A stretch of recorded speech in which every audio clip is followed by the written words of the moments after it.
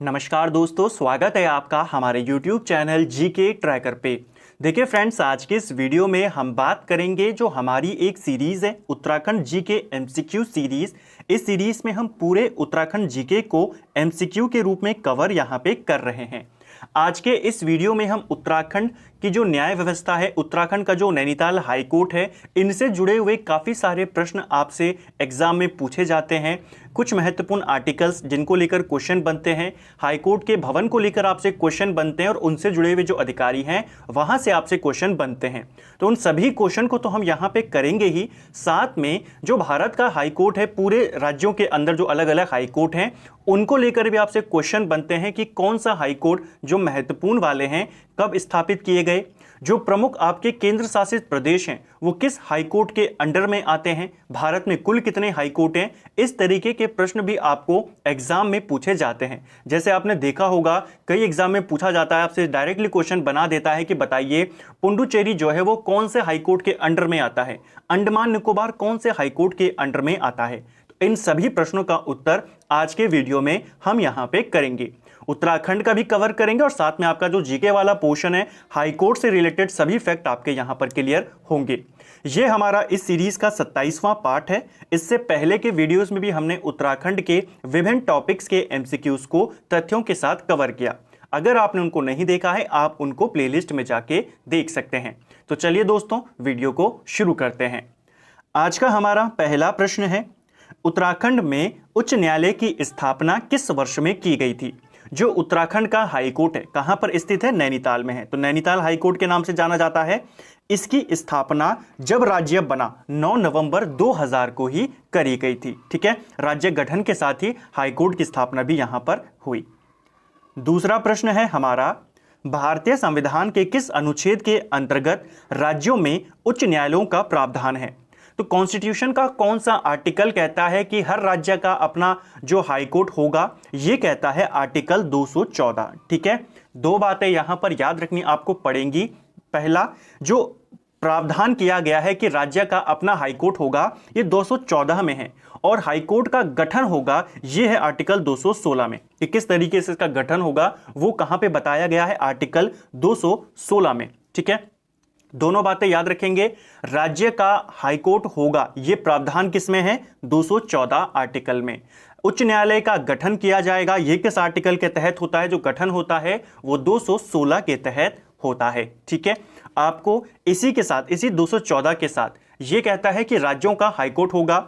इसी के साथ आपको 124 याद रखना है, जो कहता है कि भारत का एक सुप्रीम कोर्ट होगा। और एक आर्टिकल है 241, वो ये कहता है कि केंद्र शासित प्रदेशों का भी अपना हाई कोर्ट होगा। तो ये तीनों आपको एक साथ याद रखने हैं। ठीक है, चलिए एक और चीज, जो यहाँ पे जज होते हैं, मुख्य न्यायाधीश होते हैं और जो अन्य जजेस होते हैं, इनकी नियुक्ति राष्ट्रपति करते हैं, राज्य के राज्यपाल, और जो भारत के मुख्य न्यायाधीश होते हैं उनकी सलाह पर या उनसे सलाह करके। तो इसे भी आपको याद रखना है। ठीक है, उत्तराखंड उच्च न्यायालय देश का कौन सा उच्च न्यायालय है। जो उत्तराखंड का हाई कोर्ट है ये देश का 20वां हाई कोर्ट है। ऑप्शन सी हमारा राइट आंसर यहां पर होगा। अभी अगर हम बात करें वर्तमान में भारत में कुल कितने हाई कोर्ट हैं, तो अभी वर्तमान में भारत में 25 हाई कोर्ट हैं। ये नंबर आपको याद रखना है, क्वेश्चन बन जाता है। सबसे लेटेस्ट कौन सा बना था, सबसे लेटेस्ट बना था आंध्र प्रदेश का जो हाई कोर्ट है वो बना था। ठीक है, 2019 में बना। 2019 में ही तेलंगाना हाई कोर्ट भी बना था। ठीक है, तो आपको आंध्र प्रदेश वाला याद रखना है, सबसे नया है। 25वां हाई कोर्ट अभी वर्तमान में भारत का। अगर बात करें भारत में हाई कोर्ट की स्थापना सबसे पहले कब होती है, तो ये होती है 1862 में। 1862 में जो 3 प्रमुख प्रेसिडेंसियां थी अंग्रेजों की, कलकत्ता, बंबई और मद्रास, इन तीनों में हाई कोर्ट की स्थापना की जाती है। ठीक है, कब की जाती है, 1862 में। ये आपको याद रखना है, क्वेश्चन बनता है। कुछ इंपॉर्टेंट हाई कोर्ट हैं, उनके बारे में बात कर लेते हैं, उनकी स्थापना को लेकर। जैसे हमने बात कर ली कलकत्ता हाई कोर्ट की स्थापना कब हुई, आप बताएंगे 1862। जो बंबई हाई कोर्ट है आप बताएंगे 1862। आप बताएंगे मद्रास हाई कोर्ट, उसका भी आप बताएंगे 1862। अगर आपसे पूछा जाए जो काफी सबसे बड़ा हाई कोर्ट है पूरे देश का, वो है Allahabad high court. Allahabad high court की स्थापना 1866 में होती है, ये आप याद रखेंगे। पटना हाईकोर्ट की स्थापना बहुत बार एग्जाम में पूछी जाती है। पटना हाईकोर्ट 1916 में बना था। इसे भी आपको याद रखना है, क्वेश्चन बन जाता है। ठीक है, ये कुछ इंपॉर्टेंट हाईकोर्ट जो आपको पूछे जाते हैं। कौन सा क्षेत्र जो केंद्र शासित प्रदेश है किस हाईकोर्ट के अंडर में आता है, उसके बारे में अभी हम आगे बात करेंगे। ठीक है, चलिए उत्तराखंड कौन सा है, 20वें नंबर का हाईकोर्ट है देश का।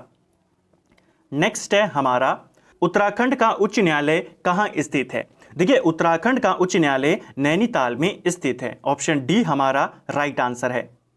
उत्तराखंड उच्च न्यायालय नैनीताल के भवन का निर्माण करवाया गया था। जो उत्तराखंड का हाईकोर्ट है नैनीताल में, जो इसका भवन है, इसका निर्माण सेंटोनी मैकडॉनल्ड के द्वारा करवाया गया था। ये एक प्रीवियस ईयर का क्वेश्चन है, पेपर में आपसे पूछा गया था कि जो नैनीताल हाईकोर्ट है इसके भवन का निर्माण किसने करवाया था, तो सेंटोनी मैकडॉनल्ड के द्वारा इसका जो निर्माण करवाया गया, ये 1897 से 1900 के बीच करवाया गया। 97 में इसकी नींव रखी गई, यानी कि काम शुरू हुआ, 1900 में ये बनकर तैयार हुआ। तो दोनों बात आपको याद रखनी है। दूसरी बात जो आपसे यहां पर पूछी जाती है, जो बर्मिंघम पैलेस है इंग्लैंड में है, जो लंदन में, उसी की तर्ज पर नैनीताल भवन जो ये हाईकोर्ट भवन है इसका निर्माण किया गया है। इसका निर्माण करवाया किसने है, मैकडॉनल्ड ने। लेकिन अगर आपसे पूछा जाए कि इसका डिजाइन किसने बनाया है, तो डिजाइन इसका स्टीवंस के द्वारा बनाया गया है। तो इसका नाम भी आपको याद रखना है, बनवाया इसने है, डिजाइन इसने बनाया है स्टीवंस ने। ठीक है, चलिए उत्तराखंड के मुख्य न्यायाधीश जो भारत के मुख्य न्यायाधीश भी बने थे, तो उत्तराखंड के जो चीफ जस्टिस रहे यहाँ पे नैनीताल हाई कोर्ट के, और ये आगे चलकर भारत के चीफ जस्टिस भी बने, चीफ जस्टिस ऑफ इंडिया, तो वो कौन थे। दो व्यक्ति ऐसे हैं अभी तक जो यहाँ से पहले उत्तराखंड में वो मुख्य न्यायाधीश थे और फिर वो सुप्रीम कोर्ट में मुख्य न्यायाधीश बने। पहले कौन थे, राइट आंसर है न्यायमूर्ति एस.एच. कपाड़िया। ठीक है, न्यायमूर्ति एस.एच. कपाड़िया ये नैनीताल हाईकोर्ट के दूसरे चीफ जस्टिस थे। ठीक है, कौन से नंबर के थे, दूसरे चीफ जस्टिस थे, और 2010 से लेकर 2012 तक ये भारत के 38वें CJI भी रहे थे। ठीक है, तो ये आपको याद रखना है, भारत के 38वें मुख्य न्यायाधीश थे और उत्तराखंड के दूसरे थे। एक और चीज आपको यहां पर याद रखनी है, इनके बाद एक और यहां पे हाईकोर्ट में जज बने जिनका नाम था जगदीश सिंह खेहर। ठीक है, जगदीश सिंह खेहर उत्तराखंड हाईकोर्ट के 7वें चीफ जस्टिस थे और भारत के ये 44वें मुख्य न्यायाधीश बने थे। तो दोनों का नाम आपको याद रखना है, ऑप्शन में जो नाम आपको मिलेगा उसके आधार पर आपको टिक करना है। जैसे यहाँ पर जगदीश सिंह खेहर का नाम नहीं है, यहाँ पर एस.एच. कपाड़िया का नाम है, तो ये भी वहाँ पे चीफ जस्टिस बने थे। एक बात आपसे और पूछी जा सकती है, लास्ट वीडियो में हमने देखा था उत्तराखंड में जो पहली बार राष्ट्रपति शासन लगा था 2016 में, उस समय उत्तराखंड के मुख्य न्यायाधीश कौन थे, हो सकता है पूछ लिया जाए। उस समय मुख्य न्यायाधीश थे के.एम. जोसेफ। ठीक है, तो इनका नाम भी आपको याद रखना है। उत्तराखंड उच्च न्यायालय के प्रथम मुख्य न्यायाधीश कौन थे। उत्तराखंड उच्च न्यायालय कब बना, ऊपर हमने देखा जब राज्य बना उसी के साथ बना, 9 नवंबर सन 2000 में। इसके जो पहले मुख्य न्यायाधीश थे इनका नाम था न्यायमूर्ति ए देसाई, यानी अशोक अभयंकर देसाई उत्तराखंड हाईकोर्ट के नैनीताल हाईकोर्ट के पहले मुख्य न्यायाधीश थे। ठीक है, उत्तराखंड उच्च न्यायालय के प्रथम रजिस्ट्रार कौन थे, तो उत्तराखंड हाईकोर्ट के पहले रजिस्ट्रार जो थे इनका नाम है GCM रावत। ऑप्शन बी इसका राइट आंसर यहां पर होगा। नेक्स्ट है उत्तराखंड उच्च न्यायालय में मुख्य न्यायाधीश सहित कुल न्यायाधीशों की संख्या कितनी है। उत्तराखंड हाईकोर्ट की अगर हम बात करते हैं तो यहां पर अभी वर्तमान की अगर हम बात करें तो न्यायाधीश सहित जो न्यायाधीशों की संख्या है ये यहां पर 9 है। ऑप्शन बी इसका राइट आंसर है। 9 के साथ यहां पर 2 तदर्थ न्यायाधीश भी नियुक्त किए गए हैं, तो इनको भी आपको याद रखना है। ठीक है, 9 परमानेंट है, 2 यहां पर टेम्परेरी रूप से इनको नियुक्त किया गया है। तो आपको याद क्या रखना है, 9 जजेस हैं। जब हाईकोर्ट बना था उत्तराखंड का सन 2000 में, तो जो जजेस की संख्या थी यहां पर वो 7 थी। ठीक है, लेकिन 2003 में इसे बढ़ाकर 9 कर दिया था। उत्तराखंड में फास्ट ट्रैक कोर्ट की स्थापना किस वर्ष में की गई थी। देखिए, जो मुकदमे होते हैं उनको जल्दी से निपटाने के लिए उत्तराखंड के अंदर 45 फास्ट ट्रैक कोर्ट की स्थापना की गई थी। इन फास्ट ट्रैक कोर्ट को त्वरित न्यायालय के नाम से भी जाना जाता है, ठीक है, इनको त्वरित न्यायालय भी कहते हैं। इनकी स्थापना अप्रैल 2001 में करी गई थी। ऑप्शन बी हमारा राइट आंसर है। आपसे पूछ लेगा, आपको डायरेक्ट एग्जाम में फास्ट ट्रैक कोर्ट नहीं देगा, आपसे हो सकता है ऐसा पूछ ले कि बताइए उत्तराखंड में त्वरित न्यायालयों की नियुक्ति कब की गई, तो आप बताएंगे अप्रैल 2001 में। कितने थे? 45 थे, ठीक है। उत्तराखंड में राजस्व पुलिस व्यवस्था कब लागू की गई थी? ये क्वेश्चन बहुत बार एग्जाम में रिपीट हुआ है, एक से ज़्यादा कुछ एग्जामों के अंदर ये क्वेश्चन पूछा जा चुका है। उत्तराखंड में राजस्व पुलिस व्यवस्था ये 1874 में लागू करी गई थी। ऑप्शन सी हमारा राइट आंसर यहां पर होगा। नेक्स्ट है, सर्वप्रथम उत्तराखंड में राजस्व पुलिस व्यवस्था को बनाए रखने का सफल प्रयास किसके द्वारा किया गया था? राइट आंसर है हेनरी रैमजे के द्वारा। देखिए 1874 में जब उत्तराखंड के इस इलाके में जो ये राजस्व पुलिस व्यवस्था थी इसको लागू किया गया। आगे चलकर अंग्रेज इसको बदलना चाहते थे, लेकिन रैमजे के प्रयासों से ये व्यवस्था यहाँ पर बनी रही और आज तक बनी हुई है, ठीक है। तो कब शुरू हुई? 1874 में। किसके काल में शुरू हुई? हेनरी रैमजे के। नेक्स्ट है, उत्तराखंड की विजिलेंस सतर्कता इकाई निम्न में से किसके अधीन है? जो उत्तराखंड का विजिलेंस सतर्कता इकाई है ये आपके लोकायुक्त के अधीन है। ऑप्शन ए हमारा यहां पे सही आंसर होगा। उत्तराखंड विधानसभा द्वारा किस वर्ष लोकायुक्त विधेयक पारित किया गया था? तो उत्तराखंड का जो आपका सतर्कता आयोग है, सतर्कता इकाई है, विजिलेंस सतर्कता इकाई, वो लोकायुक्त के अधीन काम करती है, ठीक है। जो लोकायुक्त विधेयक है ये कब पारित किया गया? ये पारित किया गया सन 2011 में, ठीक है। तो ऑप्शन डी हमारा राइट आंसर होगा। आपसे क्वेश्चन बनता है उत्तराखंड के जो पहले लोकायुक्त थे उनका नाम क्या है? तो पहले लोकायुक्त का नाम है SHA रजा, इनका नाम है, ठीक है। तो ये आपको याद रखना है, रजा इनका नाम है, SHA रजा। ये आपसे पूछा जाता है, ध्यान रखेंगे। अभी हम नीचे यहां पर कुछ इंपॉर्टेंट जो आयोग हैं उत्तराखंड के उनके बारे में भी बात करेंगे और हाईकोर्ट्स के बारे में भी बात करेंगे। नेक्स्ट है, उत्तराखंड लोकायुक्त विधेयक में लोकायुक्त संगठन में कितने सदस्यों की अनुशंसा की गई है? तो यहां पर जो ये विधेयक पारित किया गया लोकायुक्त का 2011 में, आपको ये क्वेश्चन याद रखना है कब पारित किया गया था? 2011 में। और इसमें अध्यक्ष 1 और 5 सदस्यों की नियुक्ति का यहां पर सिफारिश करी गई है। कितने होंगे? 1 अध्यक्ष होगा, 5 यहां पर सदस्य होंगे। संविधान के किस अनुच्छेद के अंतर्गत राज्य लोक सेवा आयोग के गठन का प्रावधान है? तो जो राज्य लोक सेवा आयोग है इसके गठन का प्रावधान संविधान के आर्टिकल 315 में है, ठीक है। जो केंद्रीय आपका लोक सेवा आयोग है चाहे वो राज्य का हो, ये किसके तहत गठित किए जाते हैं? आर्टिकल 315 के तहत। अगर हम बात करें जो उत्तराखंड का लोक सेवा आयोग है ये कब स्थापना इसकी की गई है? तो जो राज्य का लोक सेवा आयोग है इसका जो गठन किया गया 2001 में किया गया था, ठीक है। 14 मार्च 2001 में इसकी अधिसूचना जारी होती है और 15 मई को ये काम करना शुरू कर देता है। अधिसूचना 14 मार्च, काम शुरू 15 मई, दोनों आपको याद रखना है, ठीक है। लोक सेवा आयोग के पहले अध्यक्ष कौन थे? NP नवानी पहले अध्यक्ष थे, ठीक है। नेक्स्ट है, राज्य लोक सेवा आयोग अपने कार्यों की वार्षिक रिपोर्ट किसे सौंपता है? जो राज्य लोक सेवा आयोग होता है ये अपने कार्यों की जो इसकी एनुअल रिपोर्ट होती है ये राज्यपाल को सौंपता है। ऑप्शन बी इसका राइट आंसर है, ठीक है। जबकि जो केंद्रीय लोक सेवा आयोग होता है UPSC वो किसको सौंपता है? वो राष्ट्रपति को सौंपता है। उत्तराखंड राज्य लोक सेवा अधिकरण कहां पर स्थित है? यह क्वेश्चन हाईकोर्ट के एग्जाम में पूछा गया था 2019 में। जो उत्तराखंड राज्य लोक सेवा अधिकरण है यह आपका वर्तमान में देहरादून में स्थापित है। ऑप्शन सी हमारा यहां पे सही आंसर होगा।